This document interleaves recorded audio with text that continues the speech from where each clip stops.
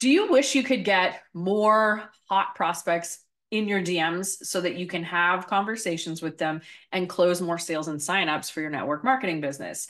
Well, if so, you're in the right place. Hang out with me for the next 5 or so minutes, and I'm going to walk you through a very specific roadmap strategy that I have put together for several different network marketers.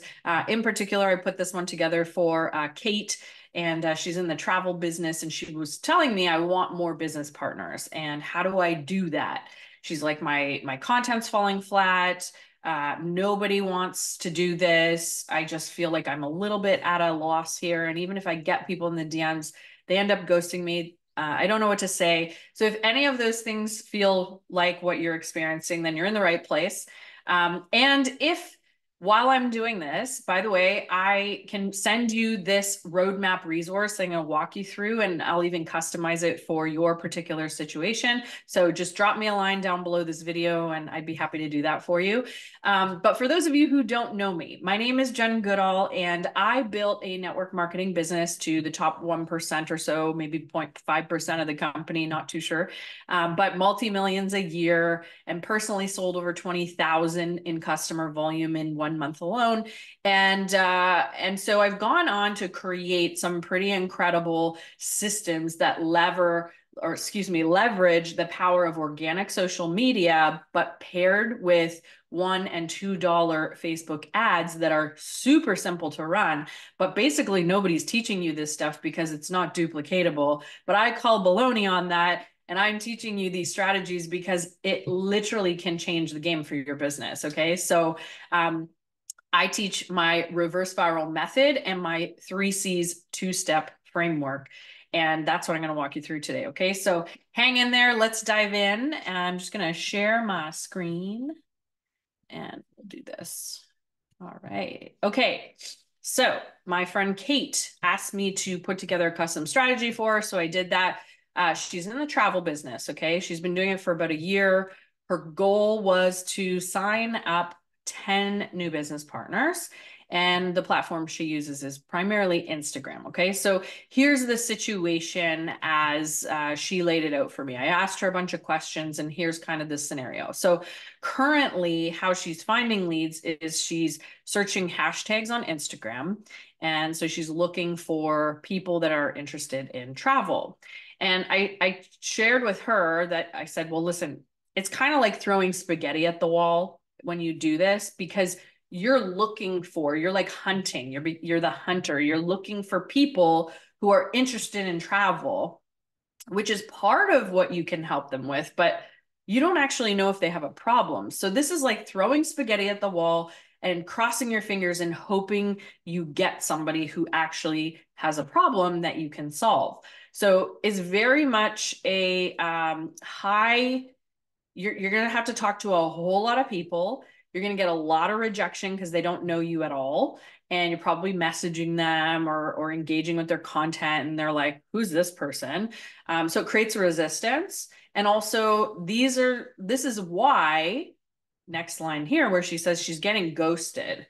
So she's often getting ghosted because they never came to her. They didn't say like, I have a problem, can you help me solve it? And so I told her, listen, we're going to flip this upside down, and we're going to get we're going to attract the right people to you. Okay. So this is where the solution comes in. Okay. So the solution, let me see. Why is this not working?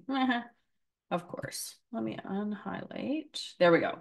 So here's what I told her. I said, listen, we need to start attracting people to you instead of you chasing. Okay. So instead of being the hunter, we're going to get you to be the hunted.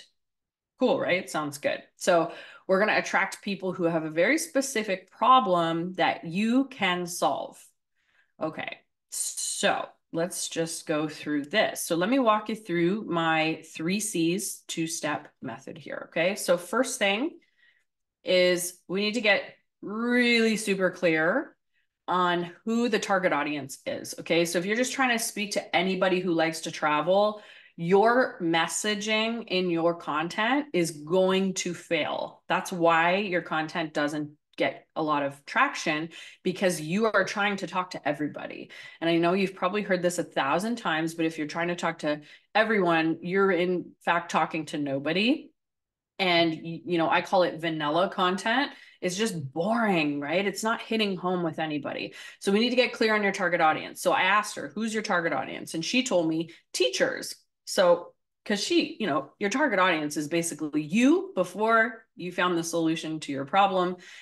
Because you and nobody else knows your own struggles, the things you went through better than you, right? So this is how you can tap into their real true problems and desires. So that's what we want to do next. Now, what is the situation and what are the problems that teachers are experiencing when it comes to travel? Now, remember, we're looking for business partners, okay? So the situation and the problem, which I learned this from Laurel Portier, and she says a situation is not the same as a problem. A situation is very high level. Okay. So let's say, for example, a network marketer, the situation of a network marketer is that they are struggling to hit 6 figures in their business. That's the situation, but that's not the problem. That's not the problem. Like the situation, my business isn't growing and, you know, I can't get myself to my goal of 6 figures. That's the situation. The problem is why? Why is their business not growing? Why are they not getting to that level? Well, you got to ask why. That's the problem. The why is, well, you're chasing people. You're the hunter, excuse me. You're throwing spaghetti at the wall. You're cold prospecting. You know, your content's falling flat, you're not talking to the right people. Those are problems. Okay. So in this scenario with teachers, the situation is they are not traveling enough. Okay. They're not traveling enough. A lot of you are making the mistake of thinking that's the problem. Okay. But the problem is the why. So why are they not traveling enough? Well, they don't have time. Teachers don't have time. They don't actually get time off. They're not actually allowed to take any time off throughout the school year. Yes, they get the summertime, but nobody wants to travel in the summer. That's when the weather is beautiful. Typically, I live in Canada, so we get very few months of beautiful weather. But you know, a teacher here, they want to enjoy the cottage or, you know, time home with their family because it's beautiful weather. So they don't have time. That's the problem we need to solve. Now, they're not able to go to the places they'd like to go. That's another situation. So if they do get to travel, they can't afford. That's the why. That's the problem. They don't have enough money. They don't make enough on a teacher's salary with all the inflated costs and like the way that the economy is going.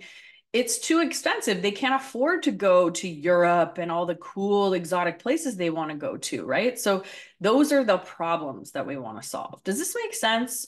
I hope so. Drop in the comments. Let me know if this makes sense.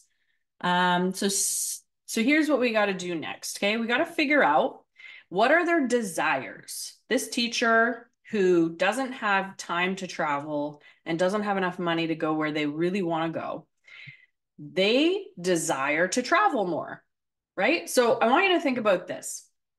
And I learned this concept from Joel Urway in one of his workshops, super clear when I heard it this way.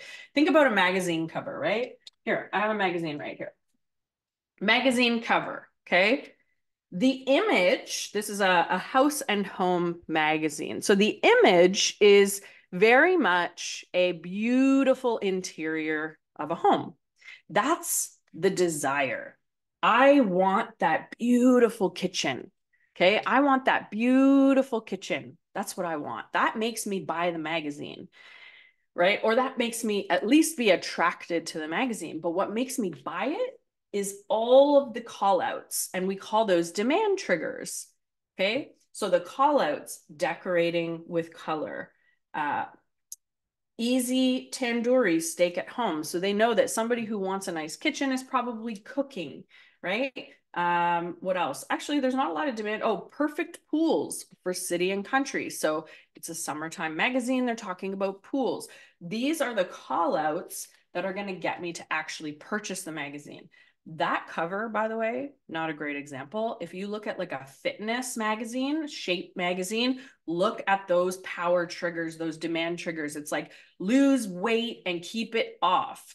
Fit in that summer bikini and feel incredible. Like those are the demand triggers. So if we think about the teacher, what are the demand triggers? She wants to be able to travel during peak seasons when she's actually able to, right? She or he. So March break, the Christmas break, what else? That's basically it, right? They get an Easter long weekend, but all of these are holidays and Thanksgiving. And when those holidays happen, the prices skyrocket. And so that's why they can't go where they want to go, because they're only able to travel during peak seasons. So you can help them solve that problem. You're in the travel business. You can help them potentially travel during peak seasons for less. That could be an interesting thing that makes them go, oh, I want to learn that, right? Do you see? Traveling more, travel more. That's boring. That's going to at least get them to pay attention, but then travel during peak seasons for less. That's the key. Now, make more money to travel more. Interesting. Make more money. Yeah, that's a demand trigger. They would love to have more money so they could travel more to the places they desire, right? Okay, hopefully this is making sense. Okay, here we go. Step 2. So now we know who our target audience is. Here's what we're going to do next, okay? We're going to create, or we're not going to create, actually. We're going to offer a free resource, okay? Actually, come up with a free resource. I learned this this is called a value bomb. I also learned this from Laurel Portier. It's a value bomb. So it's not like your traditional freebie that's like a very beautiful guide or planner that has lots and lots of pages and takes a lot of time to build. It could become that. And I do recommend having one of those to build your email list with, but this is a different strategy. This is my 3C's two-step method, okay? So what we're going to do is we're going to come up with a value bomb. So the value bomb is the solution to one of these demand triggers. It's the solution. So we're taking the big situation, we're breaking it down into problems, and then we're going even deeper into the demand triggers, because those are the things that are going to make them go, I want that. Do you see? So, for example, here's what we could solve with our value bomb. How to travel with the whole family during peak seasons for 50% less.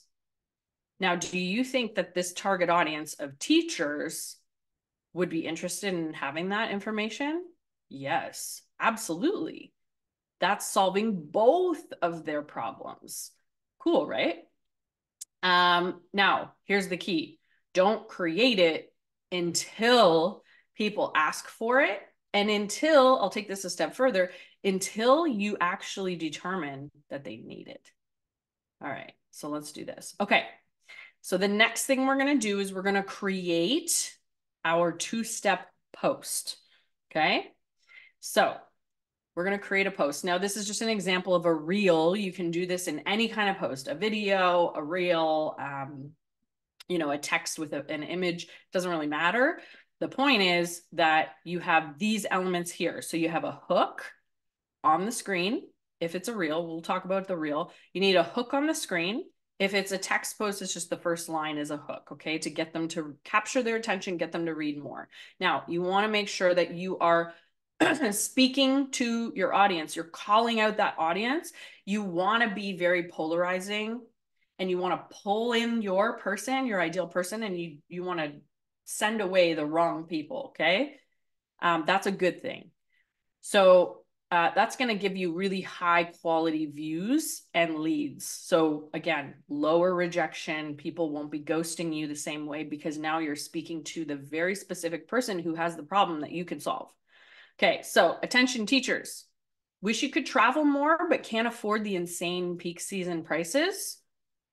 Yes, that's going to call my target audience and go make them stop in their scroll. They're going to go, that's me. Okay. Value promise. I have a free resource that will show you how to, maybe it's this, how to travel with the whole family during peak season for 50% less. That's the value bomb. So you're going to put the value bomb in front of them, okay? And then you're going to say, you're going to talk a bit about what it is, give them a little bit of create a little interest, like here's what it will look like. Proof then. I shared this with my friend Susie, and she was able to travel with her family to Italy.